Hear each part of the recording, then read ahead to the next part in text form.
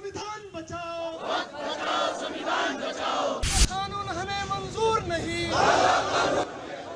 Hello dear friends, আজকের এই বিশেষ ভিডিওতে আমরা আলোচনা করব ভারতীয় বর্তমান রাজনীতিতে সবচেয়ে চর্চিত, আলোচিত, সমালোচিত বিষয় ওয়াকফ অ্যামেন্ডমেন্ট বিল নিয়ে। কি এই ওয়াকফ অ্যামেন্ডমেন্ট বিল, কি এই ওয়াকফ সম্পত্তি, তা সম্পূর্ণ ডিটেলসে আমরা দেখব এই এক্সক্লুসিভ বিশ্লেষণে। আপনি যদি হিন্দু, মুসলিম, শিখ, খ্রিস্টান বা অন্য কোনো ধর্মের অনুসারী হন, তাহলে এই ভিডিওটি আপনার জন্য। তার আগে আপনাদের কাছে আমার ছোট্ট একটি অনুরোধ, আপনি যদি একজন স্বাধীনচেতা, যুক্তিনির্ভর মানুষ এবং ভ্রাতৃত্বকামী মানুষ না হয়ে একজন অন্ধভক্ত হয়ে থাকেন, তাহলে প্লিজ দয়া করে আমার এই ভিডিওটিকে অ্যাভয়েড করে চলুন, কারণ আজকের ভিডিওটি সম্পূর্ণ যুক্তিনির্ভর মানুষদের জন্য। আজ মুসলিমদের ওয়াকফ সম্পত্তি নিয়ে যে হস্তক্ষেপ শুরু হয়েছে, কাল তা আপনার ধর্মীয় সম্পত্তির উপরও হতে পারে। আসুন সবাই মিলে এই বিষয়ে সচেতন হই। তাহলে দেরি না করে চলুন সম্পূর্ণ জেনে নেই ডিটেলসে এক্সক্লুসিভ বিশ্লেষণের মাধ্যমে।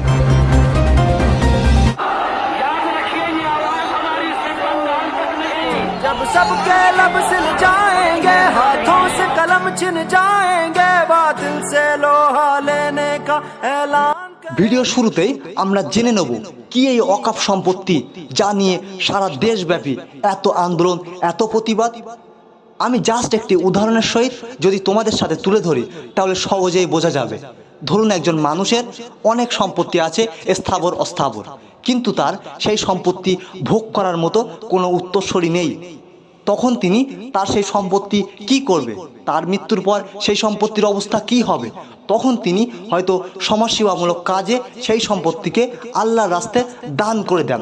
সেটাই হয়ে ওঠে ওয়াকফ সম্পত্তি, যা পরবর্তী সময়ে মসজিদ, মাদ্রাসা, এতিমখানা বা দরিদ্রদের সেবায় ব্যবহৃত হয়। জাস্ট অন্যান্য ধর্মের সঙ্গে যদি কম্পেয়ার করি, তাহলে ব্যাখ্যাটা আরও সহজ হয়। ধরুন হিন্দু ধর্মের ক্ষেত্রে কেউ একটি মন্দির তৈরি করে দেন এবং তার দেখাশোনার জন্য জমি দান করেন, সেটি হয় দেবত্ব সম্পত্তি। খ্রিস্টান ধর্মে চার্চের জন্য দানকৃত সম্পত্তিকে বলে চ্যারিটেবল ট্রাস্ট। তেমনি ইসলামে যদি কেউ আল্লাহর রাস্তায় সম্পত্তি উৎসর্গ করেন, তাকে বলে ওয়াকফ সম্পত্তি। ভারতে এরকম ওয়াকফ সম্পত্তির পরিমাণ প্রায় 9.4 লাখ একর ওয়াকফ সম্পত্তি রয়েছে, যা ভারতীয় রেলওয়ে ও সেনাবাহিনীর পর তৃতীয় বৃহত্তম জমির মালিকানা। এখন আমরা দেখব এই 2025-এ ওয়াকফ সংবিধানী বিল যে পাশ হয়েছে, সেটি কেন এত মুসলিমদের মধ্যে ক্ষোভ সৃষ্টি করেছে। চলুন তাহলে একে একে পয়েন্টে পয়েন্টে আমরা জেনে নিই কোথায় কি সংবিধান সংশোধন করা হয়েছে এই বিলের মাধ্যমে।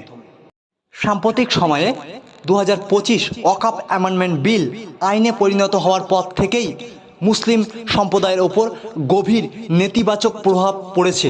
সেজন্য ইতিমধ্যেই বিভিন্ন ইসলামিক সংগঠন এক ছাতার তলায় এসে বিভিন্ন প্রতিবাদমূলক আন্দোলন করছে এবং এমনকি বৃহৎ সমাবেশের ডাকও দিচ্ছে। ইতিমধ্যেই 22 এপ্রিল দিল্লিতে মুসলিম পার্সোনাল ল বোর্ড সমাবেশের ডাক দিয়েছে। এছাড়াও আগামী 26 এপ্রিল শনিবার কলকাতার ব্রিগেডে সমাবেশের ঘোষণা করা হয়েছে। এখন বিষয় হলো, কেন এই এত আন্দোলন, কেন এত প্রতিবাদ, প্রতিরোধ? মূল বিষয় হলো ভারতীয় বিজেপি সরকার সংখ্যাগরিষ্ঠতার জেরে ভারতীয় পার্লামেন্টে ইতিমধ্যে কয়েকটি প্রধান সংশোধনী এনেছে, যেগুলি পয়েন্ট আকারে আমি তোমাদের সামনে এখন তুলে ধরব।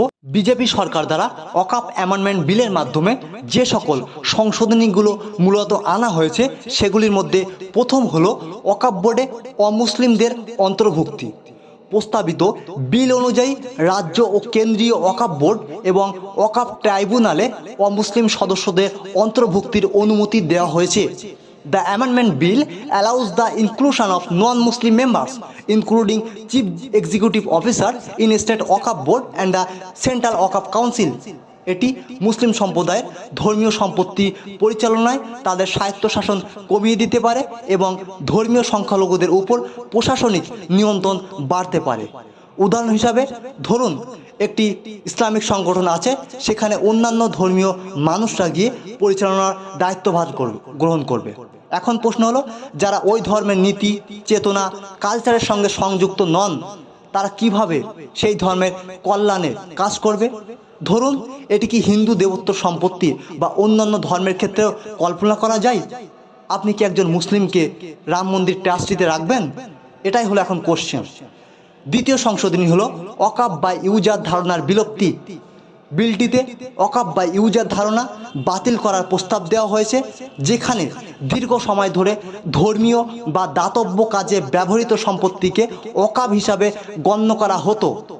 The controversial proposal to eliminated the Islamic legal concept of waqf বা ইউজার হ্যাজ বিন রিভাইজড। এই পরিবর্তন অনেক পুরনো মসজিদ, কবরস্থান এবং অন্যান্য ধর্মীয় স্থানের স্বীকৃতি ও সুরক্ষা হ্রাস করতে পারে। 3 নম্বর সংশোধনী হলো জেলা প্রশাসকদের ভূমিকা বৃদ্ধি। প্রস্তাবিত আইনে জেলা প্রশাসকদের ওয়াকফ সম্পত্তি নির্ধারণের ক্ষমতা দেওয়া হয়েছে, যা পূর্বে ওয়াকফ ট্রাইব্যুনালের এখতিয়ার ছিল। এটি প্রশাসনিক পক্ষপাতের সম্ভাবনা বাড়িয়ে দিতে পারে এবং মুসলিম সম্প্রদায়ের সম্পত্তি সংক্রান্ত বিরোধ নিষ্পত্তিতে স্বচ্ছতা কমাতে পারে। এই ধারা মূলত শহরের মূল্যবান জমিতে চোখ পড়া এক প্রকার ল্যান্ড গ্রাব এর বৈধতা দেওয়ার শামিল। 4 নম্বর সংশোধনী হলো নির্বাচনের অবলুপ্তি অর্থাৎ কমিউনিটি নেতৃত্বের বিলুপ্তি।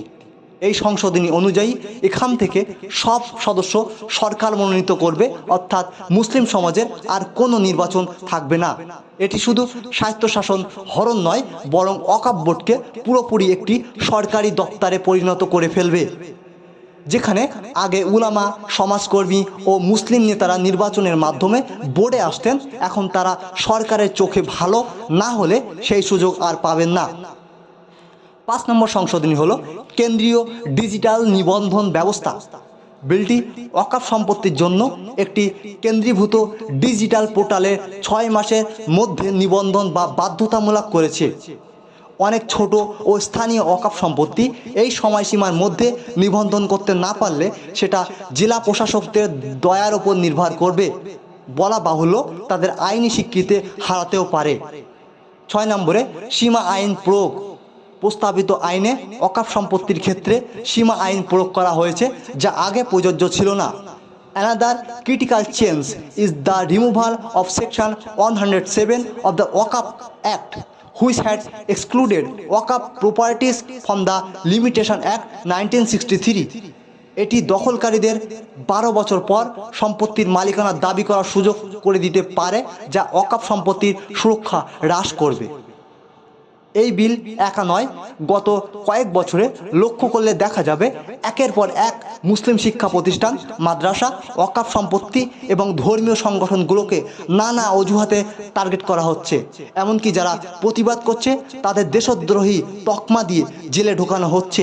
শিখদের ক্ষেত্রেও তাই। অন্য কোনো ধর্মীয় ট্রাস্ট বা বোর্ডের ক্ষেত্রে এমন কোনো কঠোর হস্তক্ষেপ দেখা যাচ্ছে না। তাহলে প্রশ্ন ওঠে, এই সংশোধনী কি সত্যিই সংস্কারমূলক নাকি রাজনৈতিক উদ্দেশ্য প্রণোদিত পদক্ষেপ? এখানে বিভিন্ন সম্প্রদায়ের মানুষ এখানে উদ্বেগ প্রকাশ করেছেন এবং তারা অবশ্যই ভারতীয় সাধারণ মুসলিমদের পক্ষ হয়ে বিভিন্ন আন্দোলনে যোগদান করছে। সেখানে বিভিন্ন হিন্দু সাধারণ মানুষও আছে, বিভিন্ন শিখ সম্প্রদায়ের ভাইয়েরাও আছে। এখানে বিশিষ্ট রাজনীতিবিদ এআইএমআইএম এর নেতা আসাদউদ্দিন ওয়াইসি এই আইনকে মুসলিমদের ধর্মীয় স্বাধীনতার ওপর আঘাত বলে উল্লেখ করেছেন। তিনি বলেন, এই আইন মুসলিমদের ওয়াকফ সম্পত্তি ছিনিয়ে নেওয়ার জন্য তৈরি করা হয়েছে। বিজেপির এই কালা কানুনের বিরোধিতা করতে গিয়ে ভারতীয় সংসদ চন্দ্রশেখর আজাদ তিনি মন্তব্য করেন, ওয়াকফ সংশোধনী বিল মুসলমানদের ধর্মীয় স্বাধীনতার ওপর সরাসরি আক্রমণ। এছাড়া সমাজবাদী পার্টির লিডার অখিলেশ যাদব তিনি মন্তব্য করেন, মুসলিমদের সম্পত্তিতে নজর, অথচ চীনের হাতে চলে যাওয়া জমির এখন কি হবে? তাছাড়াও একজন বর্ষিয়ান কংগ্রেস লিডার তিনি বলেন, শুধু মুসলিমদের কেন, বারংবার ধর্ম বিশ্বাসের সার্টিফিকেট দিতে হবে। এছাড়াও আরেকজন কংগ্রেস সাংসদ ইমরান মাসুদ তিনি বিজেপিকে কটাক্ষ করে বলেন, আমাকে এবার রাম মন্দির ট্রাস্টে নিয়োগ করুন। তাছাড়াও ওয়াকফ বিলকে সুপ্রিম কোর্টে চ্যালেঞ্জ করার হুঁশিয়ারি ডিএমকের। তৈরি হচ্ছে কংগ্রেসও, বাতিল হবে আশাবাদী আইনজীবী মনু সিংভি। তাছাড়াও অল ইন্ডিয়া মুসলিম পার্সোনাল ল বোর্ড এই আইনকে বিপজ্জনক বলে আখ্যা দিয়েছে এবং এর বিরুদ্ধে অলরেডি তারা পথে নেমেছে এবং বিভিন্ন প্রতিরোধমূলক কর্মসূচি গ্রহণ করছে। ইতিমধ্যে 22 এপ্রিল দিল্লিতে তারা মহাসমাবেশের ডাক দিয়েছে। তাছাড়াও আগামী 26 এপ্রিল শনিবার কলকাতা ব্রিগেড সমাবেশের ঘোষণা করা হয়েছে। সকল মুসলিম সংগঠন এক ছাতার তলায় হয়ে এই প্রতিরোধ গড়ে তোলার চেষ্টা করছে, তা জানিয়েছেন মুসলিম পার্সোনাল ল বোর্ডের পশ্চিমবঙ্গের সেক্রেটারি জেনারেল মোহাম্মদ কামারুজ্জামান। তবে মোদী সরকারও এই আইনের পক্ষে বিভিন্ন যুক্তি দাঁড় করানোর চেষ্টা করছে। সরকারের পক্ষ থেকে বলা হয়েছে এই আইনটি অকাপ সম্পত্তির ব্যবস্থাপনায় স্বচ্ছতা ও জবাবদিহিতা আনবে। কেন্দ্রীয় মন্ত্রী কিরেন রিজিজু বলেন, এই আইনটি মুসলিম সম্প্রদায়ের উন্নয়নের জন্য একটি উপহার। এখন এই উন্নয়ন কথাটা শুনে বিরোধী পক্ষ অট্টহাসিতে ফেটে পড়ে। তাদের যুক্তি, যারা ঈদের সময় নামাজ পড়তে দেয় না, বুলডোজার দিয়ে মুসলিমদের মসজিদ ঘরবাড়ি ভাঙিয়ে দিচ্ছে, বিজেপির কোনো বিধানসভা কিংবা লোকসভাতে মুসলিম সদস্য নেই, তারা নাকি মুসলিমদের উন্নয়ন করবে, এই বলেই কটাক্ষ করে। এমতো পরিস্থিতিতে আমি আমার ভারতীয় অন্যান্য ধর্মীয় ভাইদের কাছে আহ্বান করব, যদিও এই আইনটি মুসলিমদের অকাপ সম্পত্তি নিয়ে, তবে এর প্রভাব অন্যান্য ধর্মীয় সম্প্রদায়ের ওপরও পড়তে পারে। যদি সরকার আজ মুসলিমদের ধর্মীয় সম্পত্তিতে হস্তক্ষেপ করতে পারে, তাহলে ভবিষ্যতে হিন্দু মন্দির, খ্রিস্টান চার্চ বা শিখ গুরুদ্বারের সম্পত্তিতেও হস্তক্ষেপ করতে পারে। তাই এখন সকল ধর্মের মানুষের একত্রিত হয়ে এই ধরনের আইনগুলোর বিরুদ্ধে সচেতন হওয়া প্রয়োজন। বন্ধুরা, ধর্মীয় স্বাধীনতা ও সম্পত্তির অধিকার আমাদের সংবিধানের সুরক্ষিত। যদি আমরা এখনই সচেতন না হই, তাহলে আমরা ভবিষ্যতে আমাদের ধর্মীয় প্রতিষ্ঠানগুলোর অস্তিত্ব হুমকির মুখে পড়তে পারে। আসুন সবাই মিলে এই বিষয়ে সচেতন হয়ে এবং প্রয়োজনে আইনি পথে এর বিরুদ্ধে পদক্ষেপ নিই। আপনি যদি এই ভিডিওটি তথ্যবহুল মনে করেন, তাহলে লাইক শেয়ার করুন, যাতে আরও মানুষ সচেতন হতে পারে। আপনার মতামত কমেন্টে জানান এবং আমাদের চ্যানেলটি সাবস্ক্রাইব করতে ভুলবেন না।